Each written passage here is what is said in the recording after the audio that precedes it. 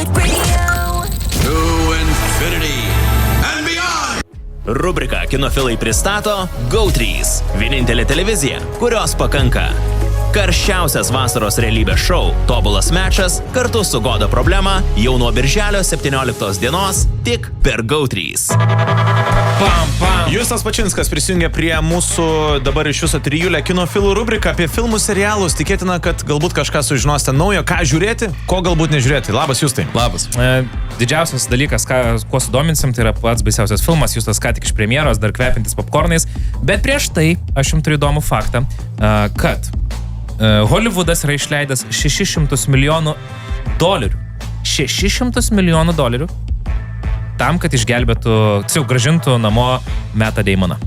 Tai jeigu taip kalbėsiau šneka, tai filmas Odisėja kainavo 250 milijonų, Interstellar kainavo 165 milijonų, čia pliusuojasi, Saving Private Ryan 70 milijonų, tam, kad grąžintų Mattą Damoną, Marsietis 108 milijonai ir į tai susideda į 600 milijonų dolerių tam, kad grąžintų Mattą Damoną namo. Jis vis kažkaip dingsta. Jo, žinai, aš net nenoriu nieko sakyti apie jį.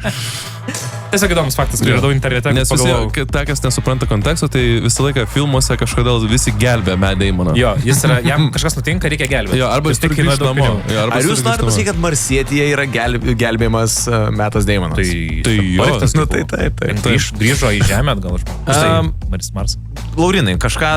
Aš tik tai šitą faktą buvau pasakęs. Čia mano toks apšilimas. Prieš kalbant apie Dramblį kambaryje, prieš tai gal roko rekomendacijos. Tai šiaip tai tiesa, jeigu turite klausimų man, Lauriui ar Justui, irgi rašykite į Messengerį, turėkite omeny, mes matom, stebim. 2 filmus žiūrėjau per pastarį laikotarpį, tai žiūrėjau, aišku, juokinga bus, bet labai seniai kažkada buvau matęs, nuotrupom prisimenu, dabar pažiūrėjau vėl šviežiai Matricą antrąją dalį. Kažkaip šie archyvą nukeliavot? Jo, šie laikai kažkaip tai kitaip verčia žiūrėti šitą filmą, žinai. Matrica ta sistema, ne? What the hell?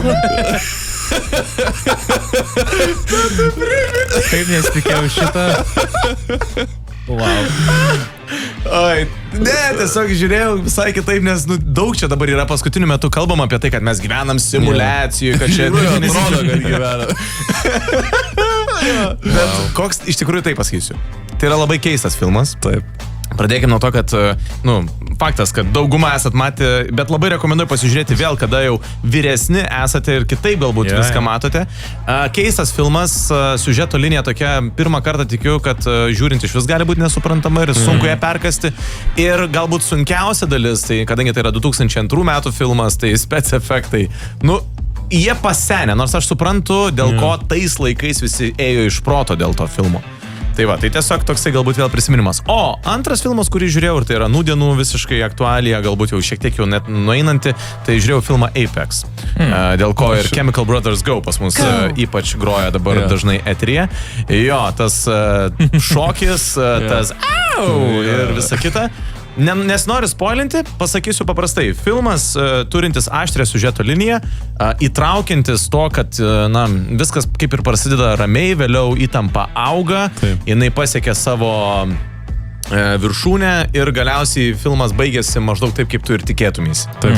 Tai nieko nėra nenuspėjamo, nėra kažkokio plot twisto, kur sakytumai, kad wow, išnešė smegenis, bet turint omeny, kad yra filmas 1,5 valandos trukmės, jisai neprailgsta, jis nėra užknisantis, jis yra pakankamai geras, toks vienam vakarui su žmona, su vyru nusprendėt, sėdam pažiūrėti Netflixą. Va, prašom, pirmin. Tada, Rokai, trumpai pabaigai platforma ir vertinimas.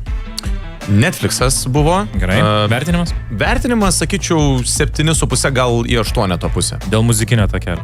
Ne, muzikinis takelis nebuvo pagrindinis dalykas, bet, sakau, Marijus parašė pusę velnio filmas Apex, tai nežinau, man irgi visai jisai patiko, lengvai susižėjo, bet... Tik toko laivę tą patį žmonės rašo, kad Apex toksai, lengvas žiūrinys. Jo. Tai, sakau, cool.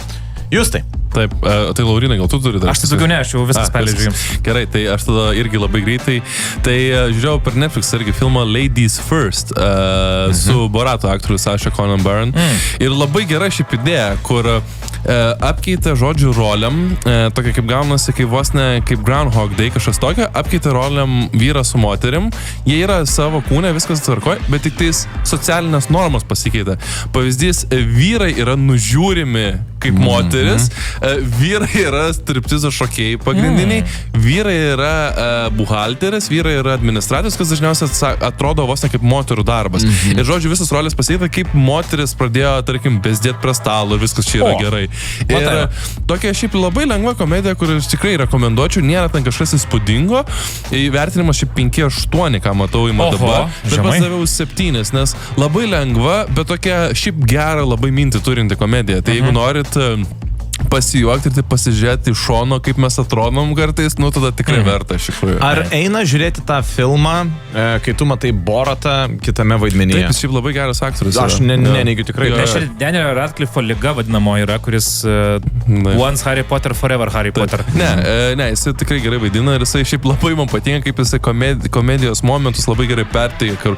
Kas čia veiks? Geras. Tai tikrai labai rekomenduoju. Nu tada didžioji, kaip ir sakiau, didysis serialas Euphoria, 3 sezonas. Kas dar su serialais? Tik please, jokių spoilerių, nieko mes tikrai ir klausytojams iškart informuojam, nieko negadinsim. Kas dar su serialais? Užsibaigia, kaip ir praeitą kartą minėjau, kaip ir Boys, kaip ir Game of Thrones, blogai. Paskutinis sezonas, noriu pasakyti, failas yra? Taip. Tai čia tavo asmeninė, aišku, nuomonė. Taip, mano asmeninė, aišku, nuomonė. Teisininkų mes žinom. Čia irgi insidas, šiaip. Gerai, galim pasakyti, kad... Viešas insidas, šiaip mes biškai užsirauta buvo vienoje vietoje. Grįžo po metų. Bet žodžiu, tai esmė tame, kad labai trūko Labyrinth garso takelio. Šitam, nežmogiškai trūko šito garso takelio, iš tikrųjų, nes Hans Zimmeris jį pakeitė. Matus, kad aktoriai taip išaugę buvo, kad jie tiesiog jau net nebevaidino kartu. Visos scenos atskirai, galima sakyti. Tai Zendaya vis tiek geriausiai. Sydney ten buvo padaryta tik tais tam, Čia Sydney Sweeney mes.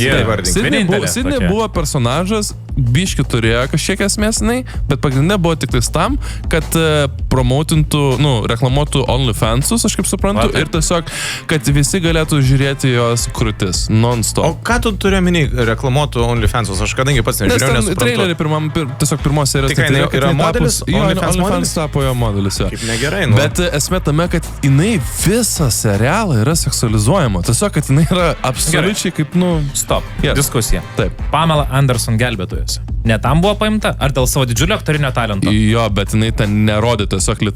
Ar tu matėjai Pamela Anderson apsirengusią, pilniau negu maudymosi kostiumas per visą gelbėtojų? Čia daugiau negu Sydney buvo per serialą. Okay. Tai va. Bet aš noriu ką pasakyti, kad būna kartais tiesiog paimti personažai, sukurti, kad jie... trauktų vyrišką. Bet žinai, mes grįžtam prie to, kad Pamela Anderson nuo pirmo sezono tai buvo, o Sydney pirmam, antram sezonui turėjo gerą rolę ir jinai buvo toksiškai pažeista, o čia tiesiog taip. Tai žodžiu. Vertinimas, sakyčiau, bendrai serialo tai būtų 8, jeigu tai būtų užsibaigęs gerai kaip koks antras, nors ir būtų buvęs stiprus 9 arba 10. Nes pirmas yra tikrai kultūrinis serialas, kurį turi pažiūrėti paaugliai, nes jis pakeitė labai daug dalykų. Bet kaip užknisa, kai serialas dabar iš tavo žodžių, ką perskaičiau, vėlgi, kadangi nemačiau pat serialą, pirmi 2 sezonai įtraukia žmonės žiūrėti, ypač paauglius, o vėliau paskutiniam sezone promautina tai, kas mano nuomonė yra visiškai, žema.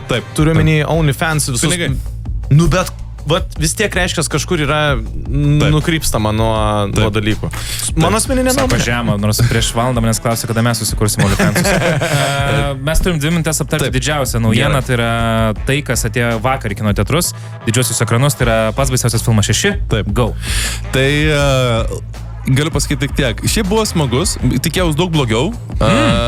Tikrai buvo smagus, pasijuokti buvo iš ko, bet reikia labai gerai išmanyti Amerikos kultūrą ir kas vyksta Amerikoje.